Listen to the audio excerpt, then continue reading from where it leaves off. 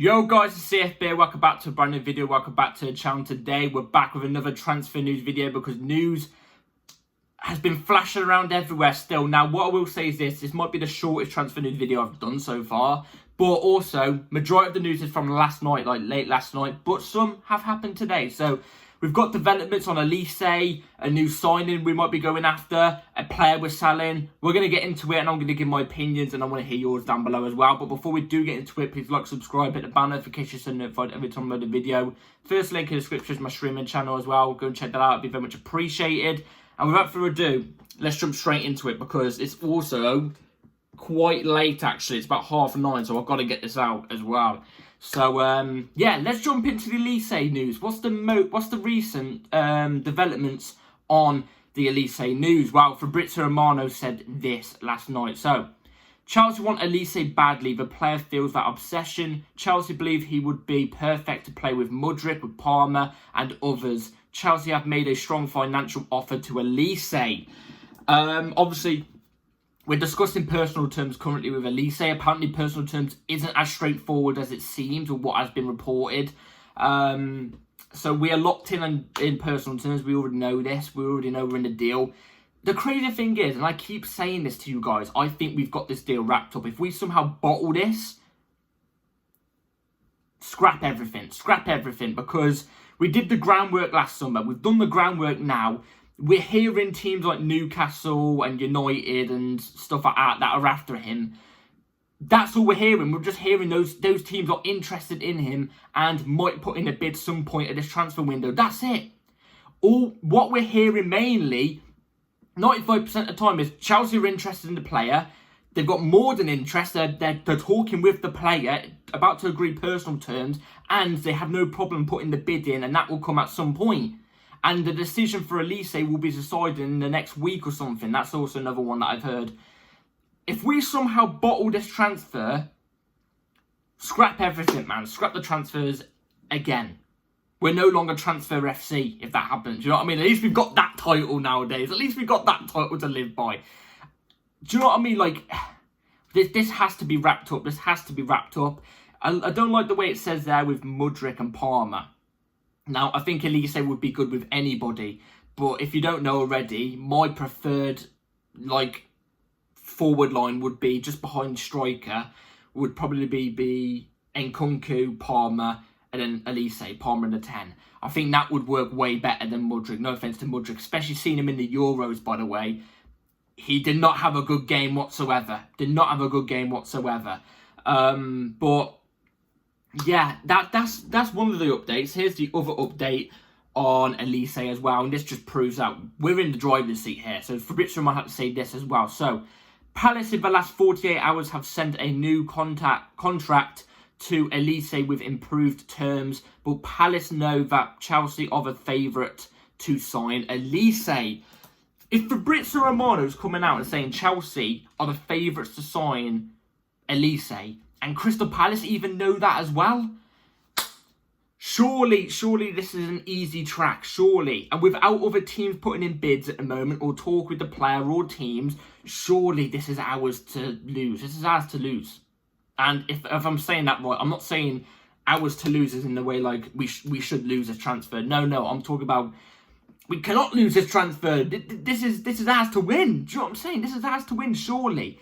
If this doesn't happen, and worst case scenario, he signs another contract with Crystal Palace, then that's not even on us at that point. That's him. I won't even know. But is he going to ask for high wage demands? I'm probably guessing the reason why personal terms are taking a little bit longer than what is expected, because obviously the release clause as well. What I'm guessing is maybe it's taking a little bit long because he wants high wage demands, and obviously our wage cap is 150k a week, which I think is absolutely stupid. If you want the cream of the creme in, and even top young players and talents like Olise and stuff like that, you've got to excess over the 150k a week cap. You have to. It's stupid. I don't know. I've already gone in on the ownership already this week. It was 2 days ago. If you haven't seen it already, go and check that out if you haven't already. But I'm not going to do it again because otherwise I'm just going to get another headache. But yeah, this is ours to we must get this transfer done. It elevates our team, like I've already said. It'd be very, very nice. It'd be very, very nice. I'm hoping we get it done before pre-season as well, because I think pre-season, it's the 20th of June already, you know. 1st of July, I think pre-season starts, if I'm not mistaken. So we've got to, I'm hoping we get this all done quickly and resolved all quickly. But that's the recent on Elise. It's positive. Everything's positive. Everything's driving in the right direction. Are we going to take the wrong turn now? That's the question. Are we looking at the sat-nav and about to take the wrong turn when the right turn is not actually on the sat-nav? So, I don't know. Anyway, let's move on to the next big news. If this comes out, that's a here we go for this as well tonight, then the video will probably come out tomorrow. But a player leaving Chelsea.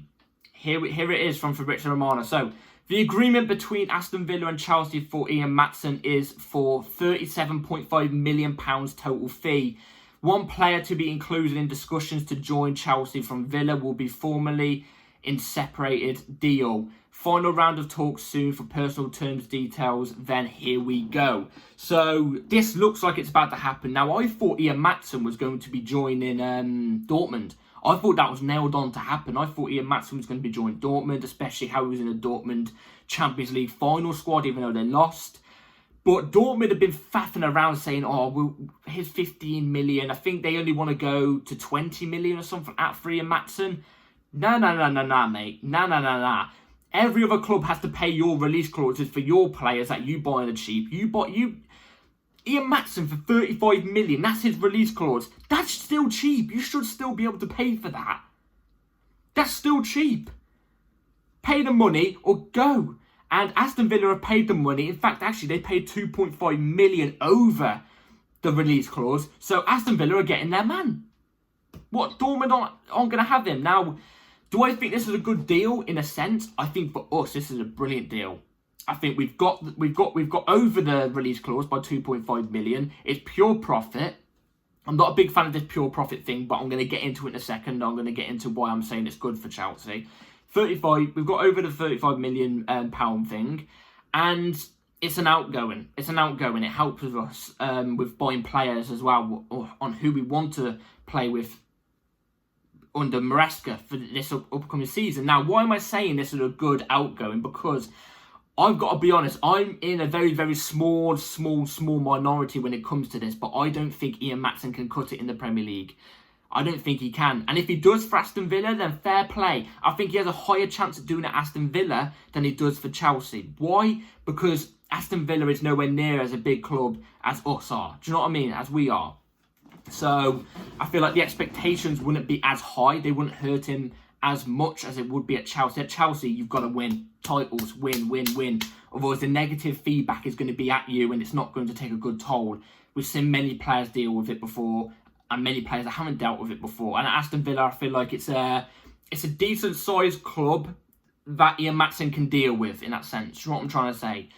And I see a lot of people always go, oh, but he cut it at Dortmund. Look how well he's doing at Dortmund. But it's separate leagues. Bundesliga, Premier League, come on. We've seen many people go from Bundesliga to the Premier League and fail. We've seen many people go from the Premier League to the Bundesliga and fail. Sancho, for example, look how he was storming in Dortmund, went to United, stunk up the place, went back to Dortmund last season, obviously was part of the squad with Ian Maatsen, and he was doing way better than he was at United. Not as good as his Dortmund first stint, but he was still showing levels that he was a top player. I can guarantee you, if Sancho stays at United, you'll see him flop again. It's different leagues. This is what I'm saying. It's different styles of play, stuff like that.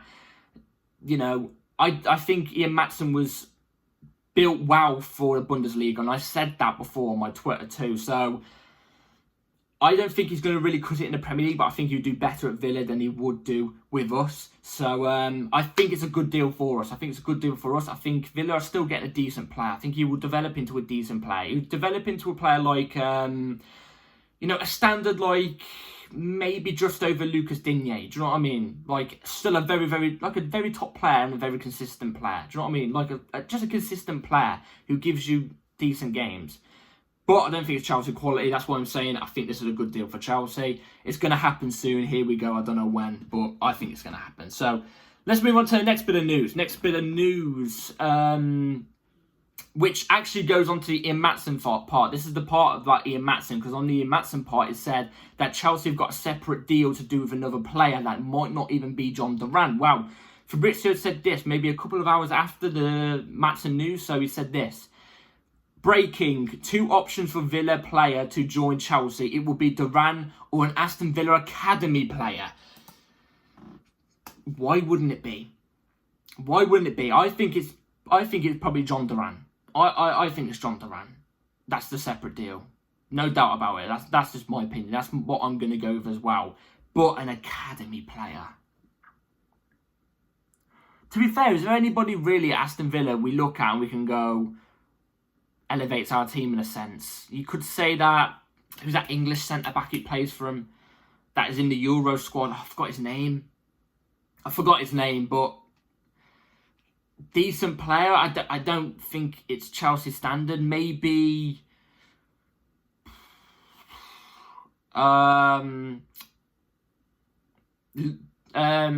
Douglas Luiz. I don't know. I don't know what player it would be that we'd go for anyway. I know I've seen a lot of people say Ollie Watkins.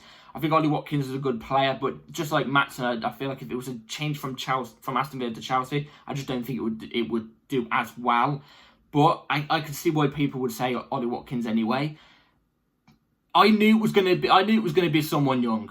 I knew it was going to be a young player. We know how this ownership works. We know how they roll. I don't know what academy players do amazing at Aston Villa. I didn't even know Connie Chukwuemeka before we got him at Aston Villa, and he's ended up turning out to be a very top player. Bit injury prone, but hey, we're going to have to wait and see if that happens. I think it's Duran, but let me in the comments down below what your opinions and who you think it's going to be. Let's move on to this young player thing.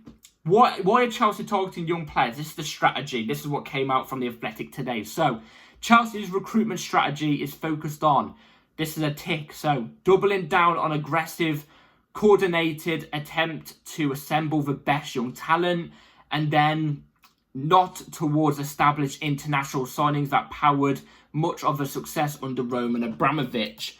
So the one thing I'm getting from this is the ownership don't want to really go down the same strategy as Roman Abramovich. They want to come up with their own success way, which is fair enough.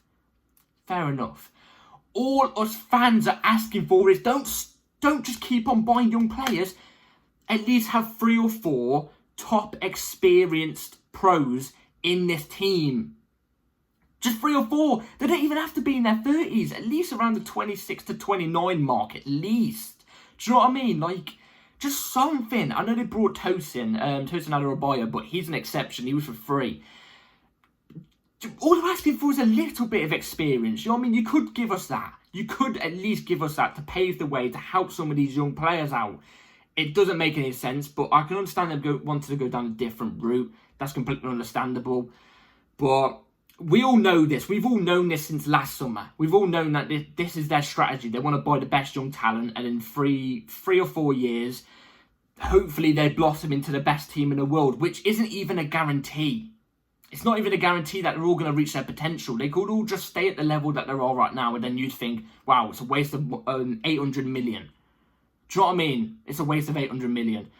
Do you know what also the thing is as well, and this is quite clever that they're doing this, they're buying a young talent because it's not as expensive as the top experienced players are. Like if you was to go for an Osimhen, 100 odd million, it's going to be less than a John Duran, who has good potential, just like Jackson has very good potential to be a very, very good player. You know, maybe a top title-winning team player for the Premier League. Because I think Jackson has that ability. But it's not going to cost as much as Osimhen right now. In terms of wages and the fee.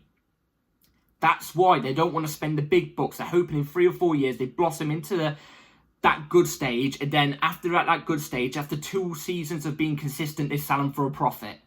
That's what it is. That's what it is. You think in 3 or 4 years' time, when Cole Palmer has developed even better, maybe won a couple trophies with us, if we can get to that stage with these young players, you're telling me if another team comes in with an offer of £125 million or £130 million, you're telling me these owners aren't going to accept after 3 or 4 years? You're gone. Even if Cole Palmer wants to stay, the owners would be like, nah, see ya. Profit. That's what I think. I'm hoping I'm wrong. I'm hoping even in 3 or 4 years when he's 125 million and killing it at the top of his game, I'm hoping the owners go, nah, I'm not listening to no offers. We want this player in a title-winning team. I'm hoping, but that's the way I see it with these owners. It's the way I see it with these owners. Let me know in the comments down what you think. Now, last bit of news. We're targeting a young centre-back. Yes, a young centre-back. This is who we're targeting. So, reports in Argentina suggest Chelsea have offered a fee worth £14.1 million plus £3.1 million in add-ons. This has not been confirmed by Chelsea yet, but they are negotiating over the fee for Aaron Anslamino. And you know what? I'm going to keep this quick and I'm just going to keep this quick. I'm going to save you time. I've never watched this guy in my life. Never seen any highlights. But he's 19 years old. We knew it. 19 years old. And he's 6'1", which I guess is quite decent because he adds tallness to the team. He has height to the team. I have seen a couple of reports over on the Argentina side saying he's one of the best up-and-coming centre-back. He's probably the best up-and-coming centre-back for Argentina. And he is one of the best up-and-coming centre-backs in general in the world. That's what they reckon as well. Which is what they all say, obviously. They all say that. But apparently so. Apparently he's a natural leader as well. I don't know. I can't give you much on this guy. If you've watched this guy, let me know in the comments down what you think about him. But apparently he's a good ball-playing centre-back as well, which is all that matters nowadays. If they're a good ball-playing centre-back, get him in.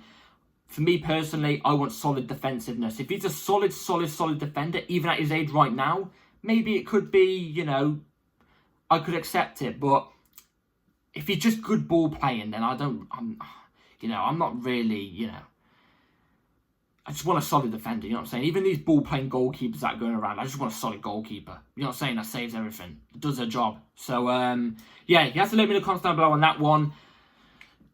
It's about £18 million. We'll have to wait and see how more develops on that. But, yeah, let me know in the comments down below what you think about everything anyway down below. I think the Elise deal, I'm going with my prediction. I think the Elise deal will be done before next Saturday. So, yeah, let me know the Elise deal down below. Me and Maatsen as well. The player, who do you reckon the player is that is going to join? Put your predictions down below. And everything else, let me know. Take care all. We're on 10% as well, so good time as well. But yeah, take care all. Like, subscribe, bell notification on because videos come at any time. And yeah, take care all. Peace.